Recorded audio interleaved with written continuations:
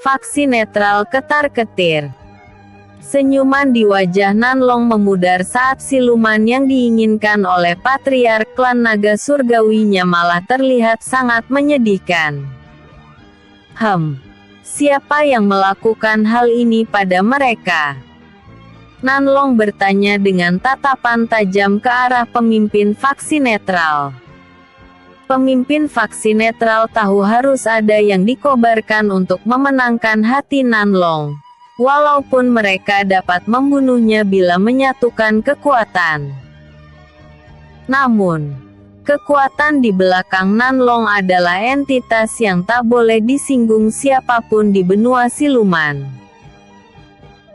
Pemimpin faksi netral mengirim pesan suara pada para petinggi faksi netral dan meminta siapa saja yang menyiksa siluman Phoenix Nirwana dan siluman rubah putih untuk melakukan bunuh diri, untuk menenangkan amarah Nanlong.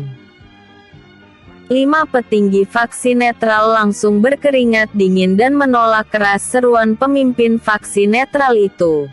Mereka mengatakan akan melawan Nanlong. Namun, pemimpin faksi netral mengatakan lebih baik melakukan kematian yang cepat daripada mati perlahan-lahan. Bahkan mereka mungkin lebih menderita daripada siluman Phoenix Nirwana dan siluman rubah putih. Kelima siluman petinggi faksi netral itu segera menelan pil racun melakukan bunuh diri.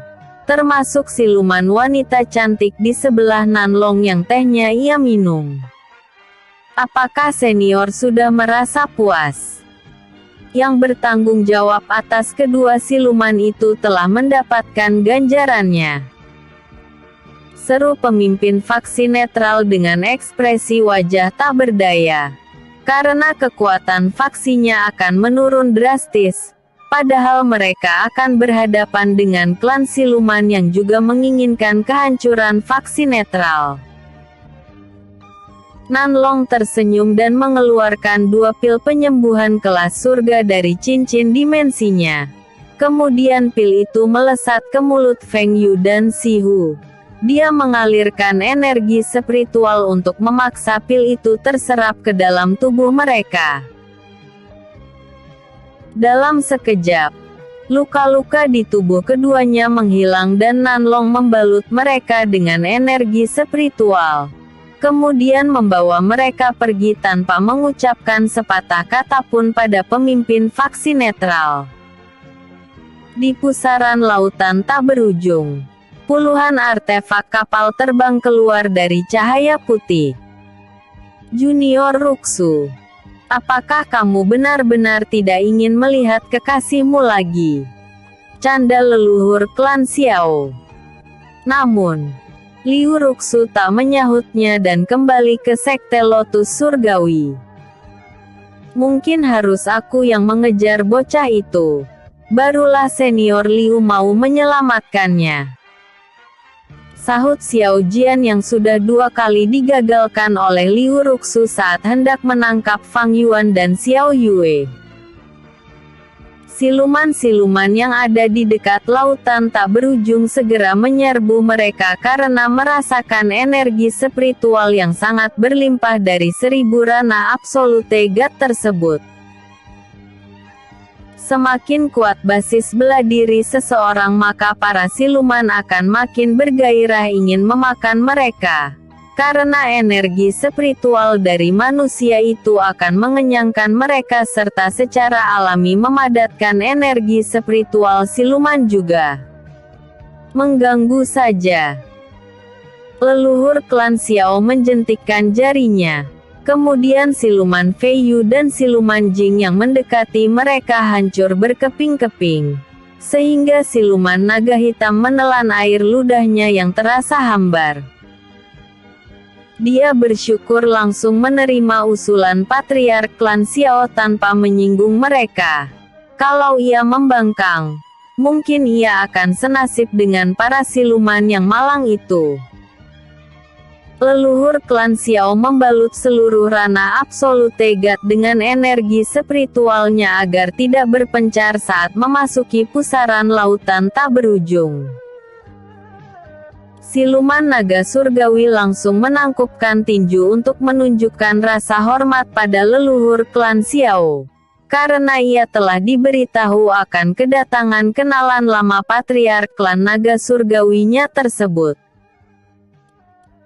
Episode sebelumnya, Nanlong. Episode berikutnya, kenalan lama. Kenalan lama. Saudara Xiao. Lama tak berjumpa. Terakhir kita bertemu adalah sebelum arai kuno di benua Heidongmu dihancurkan oleh Ratu Aneh itu, hehehe. Sehingga kita hilang kontak dan akhirnya kamu menggunakan jimat yang kuberikan untuk berkomunikasi denganku. Sapa Patriark klan naga surgawi begitu leluhur klan Xiao tiba di kediaman klan naga surgawi. Ya.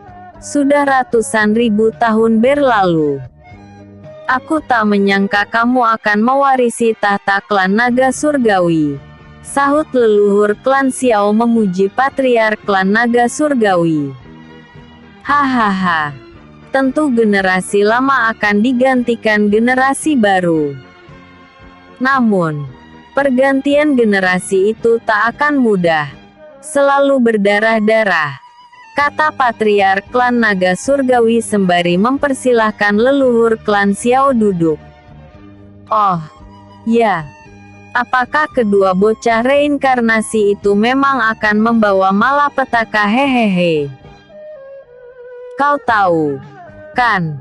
Aku sudah bosan mengatasi belenggu langit dan bumi yang membuat basis kultivasi kita stagnan serta tak bisa menggapai surga. Kalau kedua bocah itu dapat merusak keseimbangan maka aku akan turun tangan langsung membantumu. Dia mengungkapkan niatnya. Makanya mau membantu leluhur klan Xiao. Aku yakin. Kalau dibiarkan lebih lama lagi. Dia akan jauh lebih kuat dari masa lalunya. Sahut leluhur klan Xiao. Reinkarnasi Dewi Yue masih sama seperti dulu. Dia tetap rela mengorbankan diri demi pria itu. Bahkan dia dibimbing langsung oleh Liu Ruxu. Liu Ruxu. Patriark klan naga surgawi mencoba mengingat-ingat siapa dia. Apakah dia bocah kecil yang selalu tertawa riang itu? Dia teringat saat memasuki istana.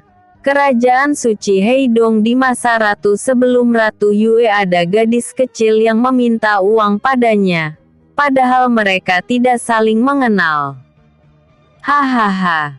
Benar sekali. Dia sekarang menjadi gadis nakal yang cantik. Sahut leluhur klan Xiao. Tapi ia tak mau ikut ke benua siluman ini. Katanya lagi. Ah. Itu sangat disayangkan. Kata patriark klan naga surgawi. Aku akan mengumumkan menjadikan siluman Phoenix Nirwana dan siluman rubah putih sebagai selirku untuk memancing bocah itu kemari. Namun, perkiraanku mereka akan tiba paling cepat sebulan lagi. Karena menurut bawahanku banyak siluman yang menghilang di klan Jing dan aku curiga dia adalah pelakunya. Sebab faksi netral yang menjadi tertuduh mengatakan kejadian itu tak ada sangkut pautnya dengan mereka. Dia pasti memperbudak para siluman itu. Sahut leluhur klan Xiao. Oh, aku tak sabar ingin melihatnya. Ternyata dia benar-benar hebat. Bahkan berani memperbudak para siluman. Benar-benar reinkarnasi dewa. Nyalinya tinggi sekali. Patriark klan surgawi tersenyum cerah. Di Pulau Jiewei, Fang Yuan berdiskusi dengan matriark Zhang Yu Wangguan tentang benua siluman. Zhang Yu Wangguan memberikan banyak penjelasan. Seperti klan terkuat, faksi netral dan faksi bayangan. Begitu juga klan naga surgawi. Fang Yuan tidak membaca isi pikiran Zhang Yu Wangguan karena siluman itu telah berusia ribuan tahun. Tentu Fang Yuan menganggapnya sebagai senior yang harus dihormati. Sangat tidak sopan bila melihat isi pikirannya. Fang Yuan membagikan ribuan pil immortal untuk meningkatkan energi spiritual para siluman budaknya. Mereka juga akan tinggal di Pulau Jiewei hingga Fang Yuan membutuhkan kekuatan mereka di masa depan. Zhang Yu Wangguan juga mengumumkan kalau Pulau Jiewei akan menutup diri dari dunia luar dengan dalih untuk menghindari penyusup dari faksi netral yang tiba-tiba menjadi musuh semua klan siluman. Karena anggota mereka menghilang di pesta pernikahan Patriark Klan Jing secara tiba-tiba. Fang Yuan menghabiskan waktu seminggu di Pulau Jiewei dan ia telah membuat banyak pil immortal untuk para budaknya tersebut. Ia juga meramu pil penyembuhan serta pil-pil lainnya sesuai kebutuhan mereka. Episode sebelumnya, faksi netral ketar-ketir. Episode berikutnya, pengumuman dari klan Naga Surgawi. Pengumuman dari klan Naga Surgawi. Yuan GG. Gawat. Gawat. Xiao Yue berteriak-teriak sembari memasuki kamar tempat Fang Yuan meramu pil. Dan wajah Xiao Yue tampak pucat seperti telah bertemu ahli bela diri dari klan Xiao saja. Gawat, kenapa? Apakah klan-klan siluman itu telah menyadari kalau kita yang menculik anggota mereka? Tebak Fang Yuan. Bukan. Xiao Yue menggeleng pelan. Klan Naga Surgawi mengumumkan bahwa patriark mereka akan menjadikan senior Feng Yu dan senior Sihu sebagai selirnya. Apa? Fang Yuan terkejut. Mulutnya menganga. Namun, ia langsung tersenyum. Bukankah pencarian kita makin mudah dan kita langsung ke klan Naga Surgawi saja? Baiklah. Aku akan memanggil siluman yang berasal dari klan yang tidak jauh dari wilayah klan Naga Surgawi.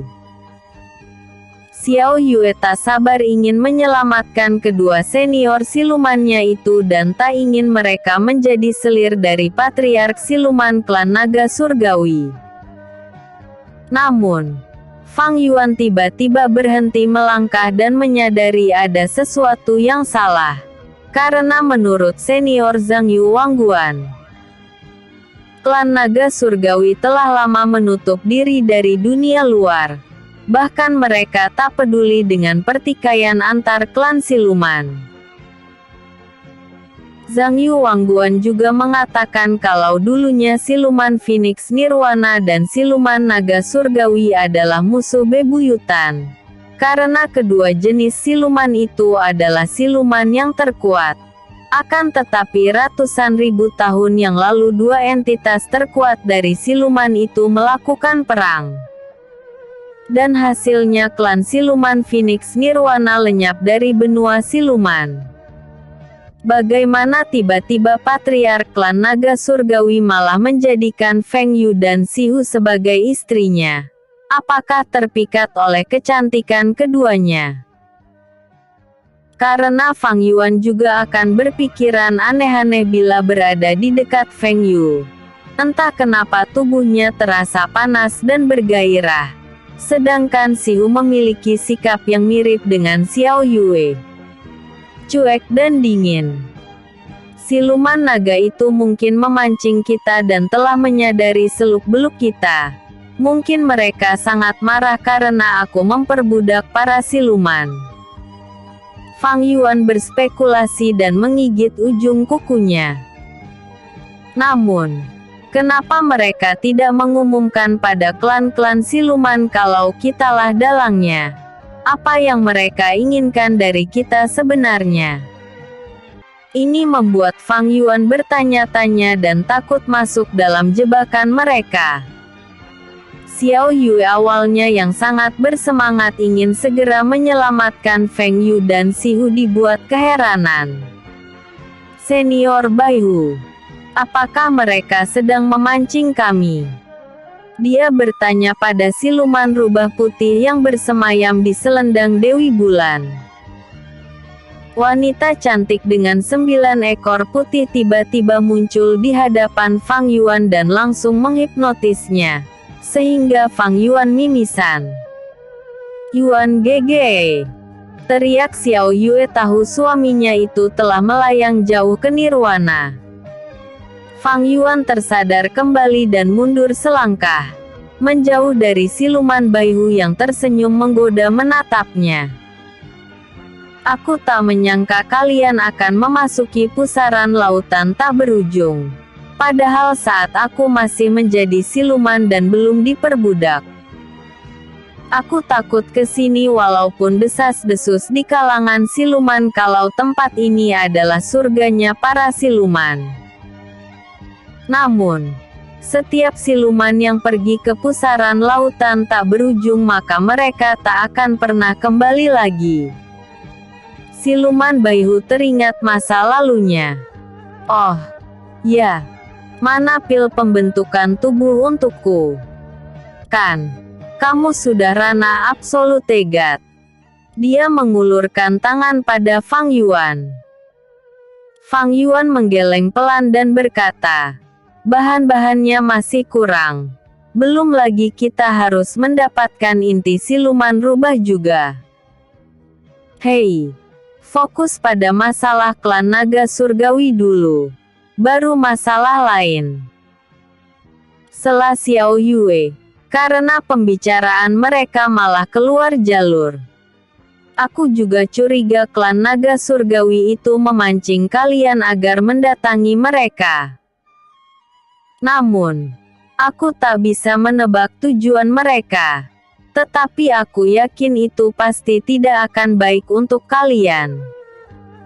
Sebaiknya kalian tidak tergesa-gesa dalam membuat keputusan," kata siluman Baihu. "Ah, aku mengantuk. Jangan ganggu aku lagi. Kecuali pilnya telah selesai." Dia menghilang dari pandangan mereka. Fang Yuan dan Xiao Yue hanya bisa menghela nafas panjang, karena tujuan mereka sudah hampir membuah hasil. Namun, masalahnya ada hama lain yang lebih mengerikan menghambat mereka.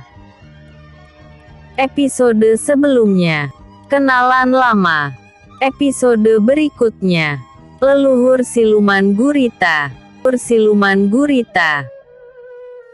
Zhang Yu Wangguan langsung mengerutkan keningnya saat mendengar informasi dari bawahannya, bahwa klan naga surgawi tiba-tiba mengumumkan akan menjadikan 2 siluman wanita yang sedang dicari oleh Fang Yuan dan Xiao Yue sebagai selir patriark mereka. Zhang Yu Wangguan tentu tahu pengumuman itu adalah untuk memancing Fang Yuan dan Xiao Yue ke sana. Entah apa alasannya sehingga entitas terkuat dari kalangan siluman itu tertarik pada keduanya, padahal biasanya mereka selalu menutup diri. Yang ditakutkan Zhang Yu Wangguan bukanlah Fang Yuan dan Xiao Yue tidak mampu melawan klan naga surgawi.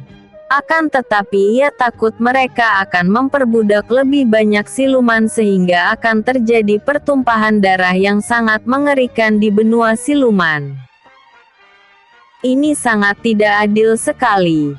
Hanya gara-gara untuk menyelamatkan 2 siluman, mereka malah menghancurkan benua siluman. Aku harus membujuk mereka agar tidak melakukan hal gila. Gumam Zhang Yu Wangguan segera bergegas mencari Fang Yuan dan Xiao. Namun, tiba-tiba keduanya muncul di kediamannya dengan ekspresi wajah tegang dan Zhang Yu Wangguan menyimpulkan mereka juga sudah mendengar pengumuman dari klan naga surgawi. "Tuan muda Fang, aku..." Zhang Yu Wangguan ingin berkata tetapi tiba-tiba laut di sekitar pulau Jiewei bergejolak. Leluhur telah muncul. Dia berseru dengan senyum cerah. "Leluhur." Fang Yuan merasa cemas. Karena orang atau siluman yang dipanggil leluhur biasanya sangat kuat dan telah hidup sangat lama. Mungkin ia akan sekuat Liu Ruxu atau leluhur klan Xiao. Dia mungkin akan marah sekali saat mengetahui siluman dari jenisnya telah menjadi budak dan akan menuntut untuk membebaskan mereka dari perbudakan tersebut. Memikirkan ini saja membuat kepala Fang Yuan menjadi pusing. Beliau jarang sekali muncul dan akan muncul bila akan ada kejadian besar yang terjadi di benua siluman. Sepertinya kedatangan beliau ini ada kaitannya dengan kalian, kata Zhang Yu Wangguan membuat Fang Yuan berkeringat dingin. Hahaha. Jangan tegang begitu Tuan Muda Fang. Beliau bukanlah siluman kuat seperti siluman naga surgawi. Namun, nasihat dari beliau selalu menjadi solusi terbaik mengatasi masalah besar yang akan terjadi di masa depan. Fang Yuan menjadi tenang dan senang mendengar perkataan Zhang Yu Wangguan tersebut serta tak sabar bertemu dengan leluhur siluman gurita. Dari lautan muncul tentakel yang besar dan panjang. Kemudian para siluman gurita segera bertekuk lutut memberikan penghormatan padanya, termasuk Zhang Yu Wangguan. Selamat datang kembali leluhur Kraken, sapa Zhang Yu Wangguan.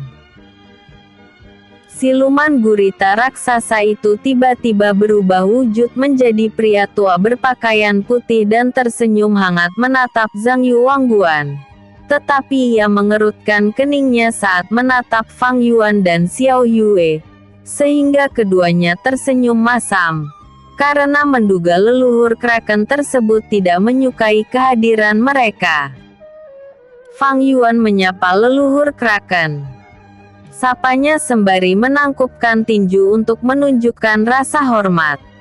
Xiao Yue menyapa leluhur Kraken. Sapanya juga. Oh, Yue dari benua Heidong, sahutnya. Tidak. Kamu hanya reinkarnasinya saja dan mewarisi hartanya. Xiao Yue terkejut mendengarnya. Bagaimana bisa siluman tua ini tahu rahasianya hanya dengan menatapnya saja tanpa memperbudak dirinya lebih dulu seperti yang dilakukan oleh Fang Yuan saat membaca pikiran para budaknya. Dan kamu? Fang Yuan langsung tegang saat leluhur Kraken menatapnya. Kamu memiliki kekuatan yang mungkin sanggup mengimbangi kekuatan dewa. Namun, kekuatan itu tersegel di dantianmu dan kamu hanya membuka segel lapisan luarnya saja, katanya lagi sembari memasuki kediaman klan Zhang Yu yang diikuti oleh Zhang Yu Wangguan beserta para penatua. Episode sebelumnya, pengumuman dari klan naga surgawi. Episode berikutnya, kekuatan besar tersembunyi. Sekuat dewa. Gumam Fang Yuan dan berpikir segel pertama yang dimaksud oleh leluhur Kraken itu adalah dantian batu yang dihancurkan oleh Xiao Yue menggunakan teknik akupuntur yin rembulan. Namun, ia tidak merasakan ada segel lain yang menyegel dantiannya. Apa hanya ranah tak diketahui saja yang dapat melihat segel itu dan kenapa matriark Liu Ruxu tak memberitahuku tentang ini?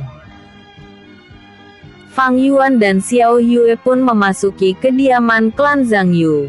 Mereka berharap leluhur Kraken dapat memberikan solusi terbaik untuk menghadapi klan naga surgawi, yang merupakan klan terkuat di benua siluman tersebut. Leluhur Kraken menghela nafas panjang dan berkata, "Aku tak menyangka semua siluman di Pulau Jiewei ini telah menjadi budak." Fang Yuan menundukkan wajahnya, karena ia tahu perkataan leluhur Kraken ditujukan untuk menyindirnya. Namun, Mau bagaimana lagi, cuma inilah satu-satunya cara membangun sekutu besar dalam menghadapi klan Xiao. Apakah leluhur Kraken memiliki solusi agar aku tidak perlu melakukan cara hina ini? Sebenarnya setelah perang melawan klan Xiao selesai, aku akan membebaskan mereka dari perbudakanku dan memberikan kompensasi pil untuk meningkatkan energi spiritual mereka, sahut Fang Yuan. Leluhur Kraken tak langsung menjawabnya dan ia memejamkan matanya sangat lama, sehingga ruangan itu menjadi hening. Satu batang dupa kemudian, leluhur Kraken membuka matanya dan menghela nafas dalam-dalam. Sorot matanya kosong seperti sedang mengalami kesedihan saja. Kamu pasti berencana akan memperbudak lebih banyak siluman untuk menghadapi klan naga surgawi. Akan tetapi kamu justru menyeret mereka menuju kematian. Kamu mungkin tak mengetahui kalau satu siluman naga surgawi itu sanggup melawan ratusan siluman lain walaupun mereka memiliki basis kultivasi yang sama. Fang Yuan kembali tersenyum masam dan malu. Karena leluhur Kraken lagi-lagi mengetahui rencana yang akan ia lakukan. Kultivasi itu seperti lomba lari. Semua orang bisa berlari, tetapi hanya segelintir orang saja yang bisa memenangkannya. Bahkan ada yang juara berkali-kali padahal semua orang bisa melakukannya. Kenapa bisa begitu? Leluhur Kraken memberikan pertanyaan dan semua yang ada di ruangan itu menggelengkan kepala karena tak memahaminya. Karena latihan dan bakat bawaan yang diberikan surga. Dua hal inilah kuncinya. Dan ini memang tak adil. Tetapi dunia ini sejak diciptakan tak pernah adil. Ada orang yang terlahir langsung hidup mewah dan ada yang terlunta-lunta. Ini tak perlu kita bahas lagi karena tak ada hubungannya denganmu. Leluhur Kraken berkata pada Fang Yuan. Jadi, aku bisa berlari hingga finish dan menjadi pemenang mengalahkan ribuan peserta lari lainnya bila segelku dilepaskan. Sahut Fang Yuan telah memahami perkataan leluhur Kraken yang langsung mengangguk pelan. Apakah leluhur bisa membantu junior ini melepaskan segel itu dan aku berjanji akan melepaskan segel budak pada semua siluman yang telah kuperbudak. Katanya lagi sembari menangkupkan tinju untuk menunjukkan rasa hormat pada leluhur Kraken. Leluhur Kraken tidak langsung menjawabnya karena ia khawatir Fang Yuan akan mengingkari janjinya dan malah makin menghancurkan benua siluman. Mengingat manusia memiliki sifat yang berubah-ubah. Namun, Zhang Yu Wangguan menganggukkan kepala tanda bahwa Fang Yuan dan Xiao Yue adalah manusia yang dapat dipercaya walaupun Fang Yuan memiliki aura yang telah membunuh ribuan siluman. Baiklah. Semoga saja keputusanku ini bukan akan mengundang malapetaka pada dunia ini. Kata leluhur Kraken membuat segel dengan pola yang sangat rumit. Kemudian cahaya berwarna emas memantul ke arah dantian Fang Yuan. Segel terakhir yang menekan kekuatan Fang Yuan pun hancur. Sehingga aura yang sangat kuat memancar dari tubuhnya. Membuat para siluman di Pulau Jiewei ketakutan. Kekuatannya ini jauh lebih besar dari Zhang Yu Wangguan selaku siluman terkuat dari kalangan siluman gurita. Episode sebelumnya, leluhur siluman gurita. Episode berikutnya, segel budak dicabut. Aku merasa kekuatan yang meluap-luap memenuhi tubuhku. Kata Fang Yuan tersenyum cerah. Namun, apakah benua siluman ini akan seperti kerajaan suci Heidong bila kami bertarung melawan klan naga surgawi? Gumamnya. Karena penyebab kerajaan suci Heidong hancur adalah dirinya sendiri di masa lalu saat 8 dewa perang turun tangan untuk menghukumnya karena melanggar aturan surga. Fang Yuan menghela nafas panjang dan berharap tidak menyebabkan kerusakan besar di benua siluman ini. Kemudian ia menjentikkan jari tangannya dan segel budak pada semua siluman pun menghilang. Gui Gang, Gui Si, Jing Jin, Jing Zise, Zhang Yuyan dan yang lainnya yang sedang berkultivasi segera membuka mata, karena terkejut segel budak pada mereka tiba-tiba menghilang. Apakah Tuan Muda Fang membebaskan kita? Gui Gang berkata dengan senyum cerah dan langsung teringat dengan kekasihnya penjual sate semut. Sayang. Babang tampan akan pulang dan akan langsung menikahimu.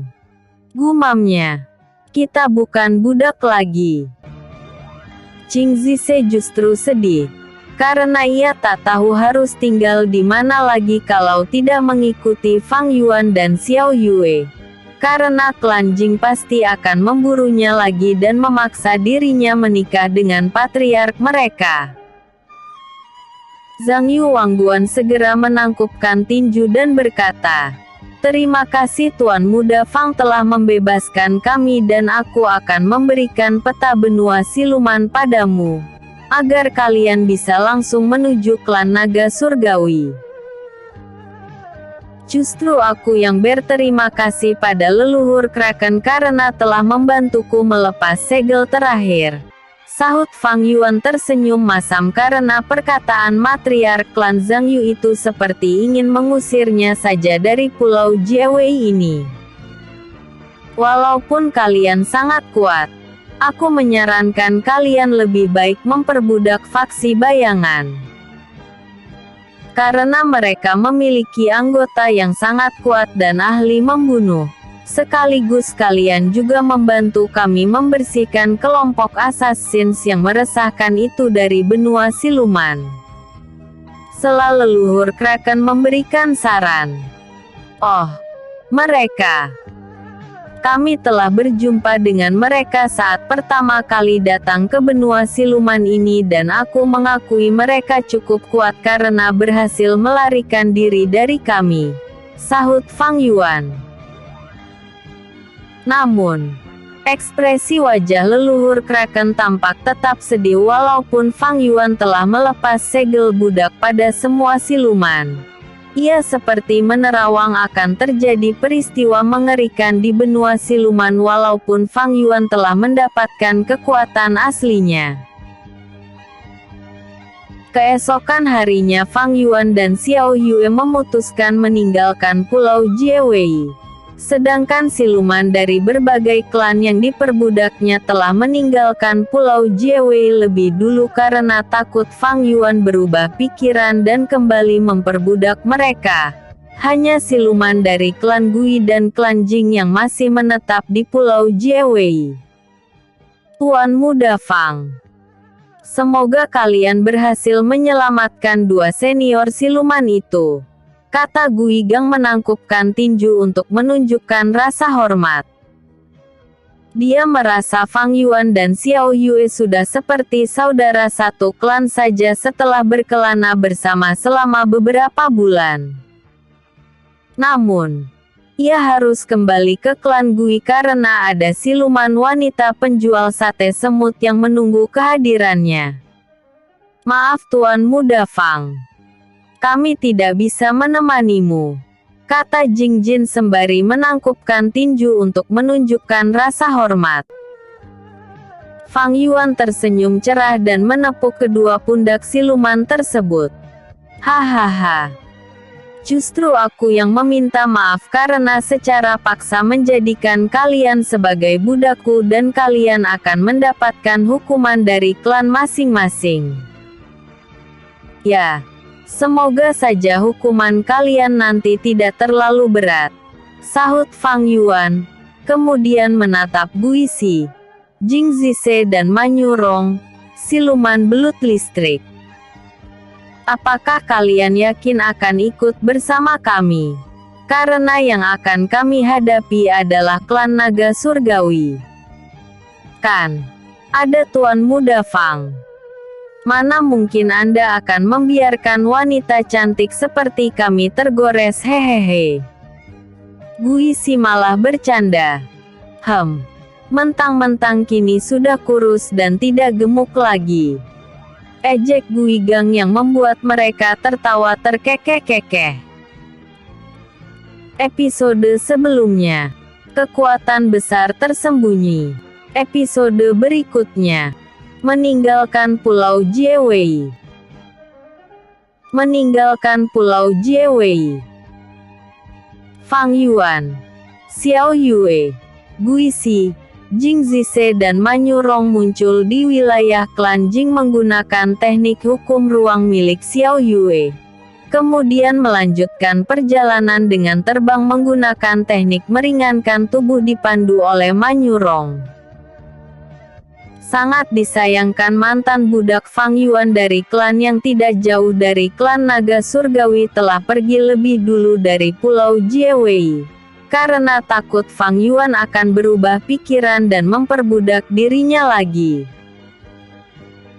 Namun, menurut leluhur Kraken, mereka tak perlu tergesa-gesa ke klan naga surgawi karena menurutnya, Feng Yu dan Si Hu baik-baik saja di sana. Sebab keduanya hanya dijadikan pancingan untuk memikat mereka ke sana. Saat beristirahat di salah satu kota kecil, mereka mendapatkan informasi dari para penduduk kalau para anggota klan yang hilang di acara pesta pernikahan Patriark Klan Jing telah kembali dan desas-desus di kalangan siluman mengatakan kalau pelakunya bukan faksi netral melainkan manusia yang sedang mengejar siluman yang dijadikan selir oleh Patriark Klan Naga Surgawi.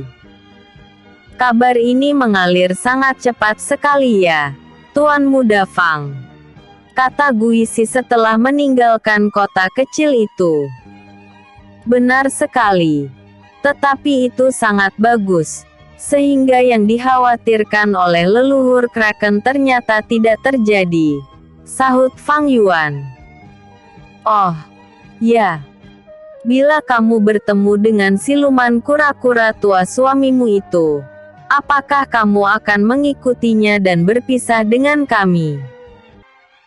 Selidik Fang Yuan penasaran. Apakah Guisi ini tipe wanita setia seperti Xiao Yue dan tentu dirinya juga? Hahaha. Manyu Rong langsung tertawa karena teringat musuhnya yang jelek itu ternyata suami siluman wanita kura-kura yang banyak bicara di sebelahnya. Xiao Yue juga menatap Guisi dengan tatapan penasaran khas makemak tukang gosip di klan Xiao-nya yang ketuanya tentu adalah ibunya sendiri. Guisi mengerutkan keningnya karena ingatan suram itu diungkit lagi oleh mereka. Sudah berapa kali kukatakan kalau kami tidak melakukan apa-apa dan saat itu aku sangat bodoh, sahut Guisi, cemberut. Mana mungkin gadis secantik diriku mau dengan kakek-kakek, gerutunya. Hehehe. Di luar sana banyak wanita cantik mencintai kakek-kakek kaya apa adanya dan sangat tulus. Canda Fang Yuan dan Guisi langsung mempercepat kecepatan terbangnya karena tak ingin ditanyakan lagi tentang masa lalunya. Namun, tiba-tiba 10 siluman bertopi caping dan mengenakan penutup wajah muncul 10 langkah di depan Guisi. Mereka langsung menyerang gadis siluman kura-kura itu. Guisi bertransformasi menjadi siluman kura-kura dan bersembunyi di dalam cangkangnya, sehingga serangan mereka tidak melukainya. Namun, ia tetap merasa tubuhnya terasa sakit oleh guncangan besar pada cangkangnya tersebut. Manyu Rong segera menghunus pedang roh kelas mistiknya yang mengeluarkan sengatan-sengatan listrik dan menebas salah satu siluman bertopi caping yang menyerang Guisi. Faksi bayangan berisi anggota Assassins yang terbiasa dalam keadaan hidup mati. Tentu siluman pria bertopi caping itu menyadari serangan Manyurong dan ia langsung memadatkan energi spiritual membentuk tameng tanah. Tebasan pedang Manyurong menghancurkan tameng tanah tersebut. Tetapi siluman pria bertopi caping itu telah mundur beberapa langkah dan tersenyum menatap Manyurong. Bukankah dia gadis belut dari klan Manyu yang mendatangi saudara Fei Yuji karena ingin melakukan balas dendam pada si pengkhianat Gu itu? Ejek pria bertopi caping itu. Sehingga ekspresi wajah Manyurong menjadi masam. Episode sebelumnya. Segel budak dicabut. Episode berikutnya. Penyergapan. Fang Yuan. Penyergapan. Fang Yuan dan Xiao Yue hanya menonton Guisi dan Manyurong bertarung melawan anggota faksi bayangan tersebut. Sedangkan Jing Zise maju beberapa langkah tapi tidak berani menyerang lawan seperti yang dilakukan oleh Manyurong. Karena ini adalah pertarungan pertamanya setelah mengalami awakening mendapatkan tubuh manusia. Bahkan senjata roh saja dia tak punya dan ia hanya mengepal kedua tangannya yang telapak tangannya menghadap ke atas. Sehingga ia tampak tidak meyakinkan sekali sanggup melawan anggota faksi bayangan tersebut. Fang Yuan tersenyum lebar kuda-kuda bela diri Jing Zise tersebut. Tetapi ia juga kagum melihat tekadnya, yang setidaknya tidak mundur atau kabur meninggalkan rekannya. Dia tetap berusaha untuk melawan musuh walaupun tidak tahu cara bertarung. Bertransformasi saja menjadi siluman dan semburkan mereka air dengan tekanan tinggi untuk menghempas mereka. Seru Fang Yuan mengirim suara telepati pada Jing Zise. Dengan begitu ia tidak akan terluka karena siluman Jing terkenal akan kulitnya yang tebal dan sulit ditembus oleh senjata apapun. Makanya siluman Jing sangat mendominasi di lautan tak berujung. Baik Tuan Muda Fang. Sahut Jing Zise langsung berubah wujud ke bentuk siluman Jing sebesar gunung. Sehingga para anggota faksi bayangan menjauh dari Guisi dan Manyurong. Jing Zise langsung melakukan transformasi tubuh siluman juga. Padahal ia tidak terdesak. Manyurong terkejut. Dia ternyata siluman Jing wanita yang kabur dari pernikahan patriark klan Jing. Padahal aku sudah takut akan ditelan olehnya. Ternyata ia adalah siluman yang baru menetas. Biarkan aku saja yang melawan dia. Aku akan mencicipinya nanti. Salah satu anggota faksi bayangan tertawa jelek dan bertransformasi menjadi siluman Jing juga. Sehingga Jing Zise menjadi gugup. Jangan melakukan hubungan intim di langit. Itu nanti sangat mengerikan bila melihat dua gunung besar saling bergulat. Siluman bertopi caping lainnya tertawa terkekeh-kekeh dan dia segera melompat ke arah Manyurong dan Guisi yang telah kembali ke bentuk manusia. Dua siluman lainnya mengikuti siluman bertopi caping itu. Sedangkan 6 lainnya mengamati pergerakan Fang Yuan dan Xiao Yue yang masih diam di tempat mereka. Seperti tidak akan terlibat dalam pertarungan ini. Namun, pemimpin tim penyergapan faksi bayangan itu mengerutkan keningnya saat mengalirkan energi spiritual untuk mengukur sekuat apa Fang Yuan dan Xiao Yue. Dia merasakan energi spiritual yang sangat besar berfluktuasi di dantian Fang Yuan. Sedangkan energi spiritual Xiao Yue seperti ada badai salju yang membuatnya tak bisa melihat lebih jauh ke dalam dantiannya. Dia tidak mundur atau kabur. Karena faksi bayangan sudah sering membunuh penatua klan besar yang memiliki energi spiritual besar seperti Fang Yuan dengan cara mengeroyoknya dan menggunakan cara-cara curang untuk mengalahkan mereka. Namun, sikap Fang Yuan dan Xiao Yue yang tampak tenang membuatnya sedikit gugup dan mengirim pesan telepati pada rekan-rekannya untuk mewaspadai keduanya. Ludah tsunami. Teriak Jing Zise menyemburkan air memandikan siluman Jing di depannya. Bukan menembakkan air untuk mementalkan siluman tersebut. Sehingga Fang Yuan menggeleng pelan karena Jing Zise terlalu polos seperti anak ayam yang baru menetas. Siluman Jing lawan Jing Zise mengayunkan ekornya ke arahnya. Sehingga ia terhempas menabrak gunung yang membuat gunung tersebut hancur berkeping-keping menjadi dataran rendah. Episode sebelumnya. Meninggalkan Pulau Jiewei. Episode berikutnya. Penyergapan 2. Siluman Jing dari faksi bayangan itu membuka mulutnya lebar-lebar. Kemudian laser air meluncur dengan kecepatan tinggi ke arah Jing Zise yang masih terbaring di tanah. Oh, tidak. Aku akan mati. Jing Zise ketakutan dan hendak terbang lagi. Tapi ia kesulitan menggerakkan tubuhnya akibat dihempaskan tadi oleh siluman Jing dari faksi bayangan tersebut. Laser air itu dalam sekejap hanya berjarak satu langkah lagi akan menghantam tubuhnya. Sehingga Jing Zise bertambah panik bahkan tidak sempat lagi berteriak meminta tolong pada Fang Yuan dan Xiao Yue yang masih berdiam diri di tempat mereka.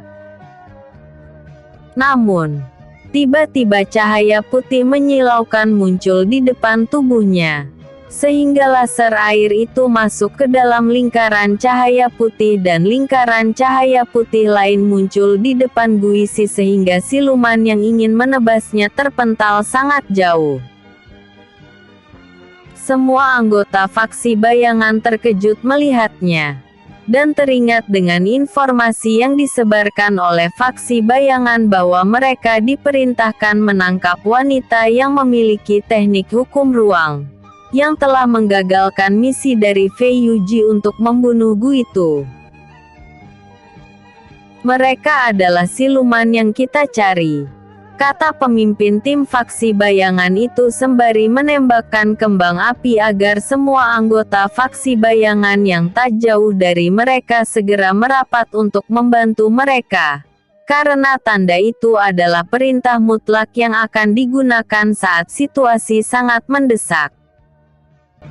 Guisi mengeluarkan spatula roh kelas bumi dari cincin dimensinya dan memukul siluman bertopi caping di depannya yang sedang lengah karena terkejut melihat rekannya tiba-tiba terpental.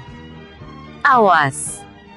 Teriak rekannya yang berdiri di sebelah pemimpin tim faksi bayangan. Dia mengayunkan pedang roh kelas mistiknya. Tetapi ia langsung mengerutkan kening saat melihat spatula milik Guisi ternyata berubah menjadi sangat besar. Pedangnya dan spatula milik Guisi beradu mengeluarkan suara nyaring dan tanah pijakannya hancur berkeping-keping akibat terjadi fluktuasi energi spiritual saat kedua senjata berbenturan. Sial! Gerutunya saat spatula lain milik Guisi kembali menekan pedang roh kelas mistiknya karena Guisi menggunakan dua spatula sebagai senjatanya. Pedang milik anggota faksi bayangan itu retak. Sesaat kemudian hancur berkeping-keping. Dia segera berubah wujud menjadi siluman Haixiang atau beruang laut dan menahan kedua spatula milik Guisi dengan tangannya. Dia sangat kuat. Gumam Guisi segera menarik kembali spatulanya. Karena siluman Haixiang itu sanggup menahan pukulannya. Tuan Muda Fang. Aku tak sanggup lagi melawan mereka. Tubuhku sakit sekali. Qing Zise menangis terseduh-seduh melompat ke arah Fang Yuan dan Xiao Yue masih dalam bentuk siluman jing atau paus raksasa sebesar gunung. Tunggu!" teriak Fang Yuan dan hendak meminta Xiao Yue untuk menggunakan hukum ruang memindahkan mereka. Tetapi istrinya itu telah menghilang lebih dulu, sehingga Fang Yuan harus pasrah dihantam menjadi paku bumi tenggelam ke dalam tanah. Dia sebenarnya bisa saja menggunakan tinju naga penggetar langit untuk menghempaskan Jing Zise. Tetapi ia takut nanti malah membunuh gadis siluman itu. Karena ia tidak tahu sekuat apa sekarang kekuatannya setelah segel terakhir yang membatasi kekuatannya dilepas oleh leluhur Kraken.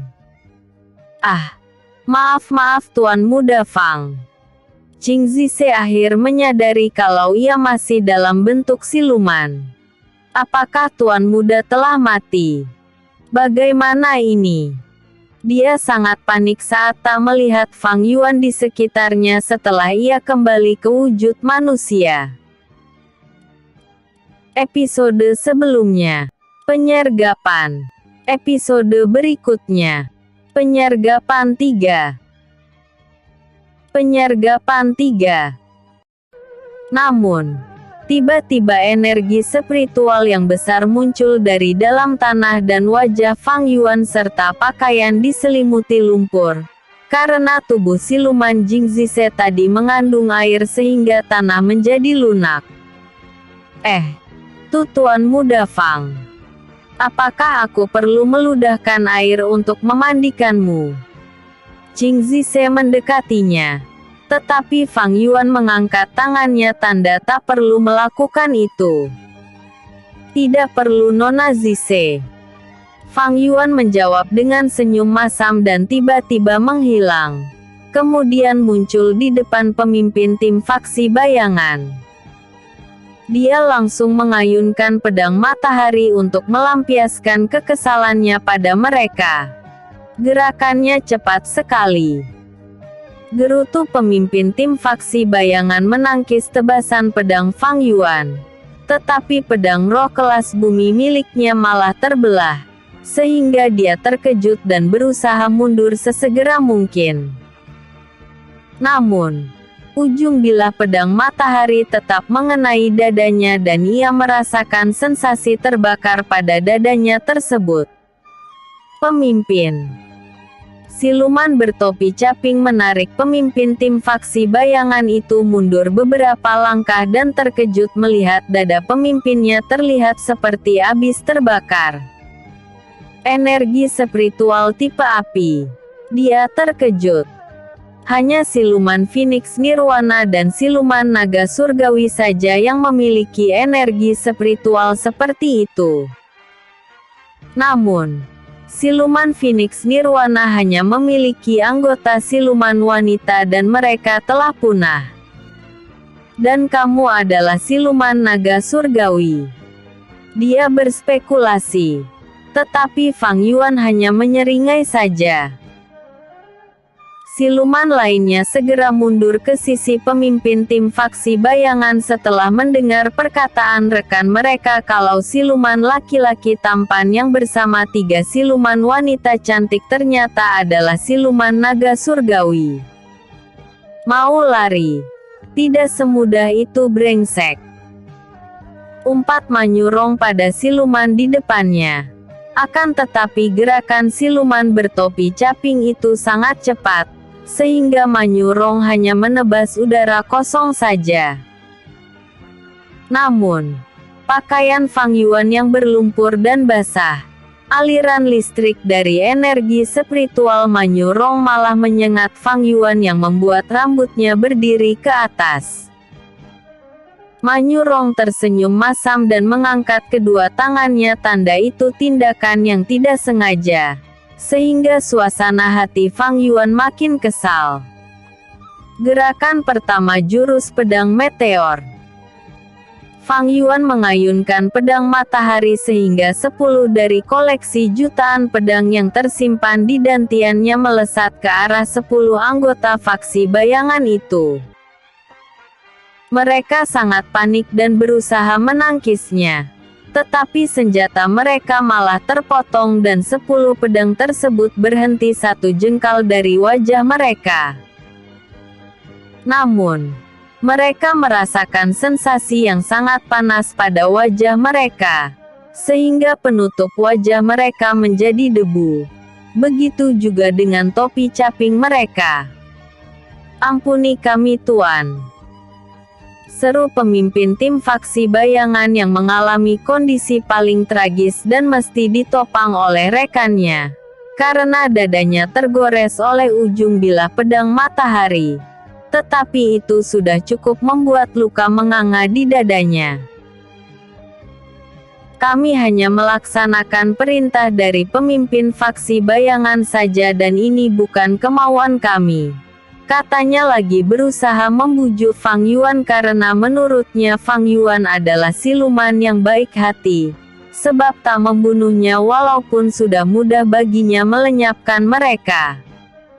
"Hah, mengampuni kalian," seringai tipis terpancar dari sudut bibir Fang Yuan.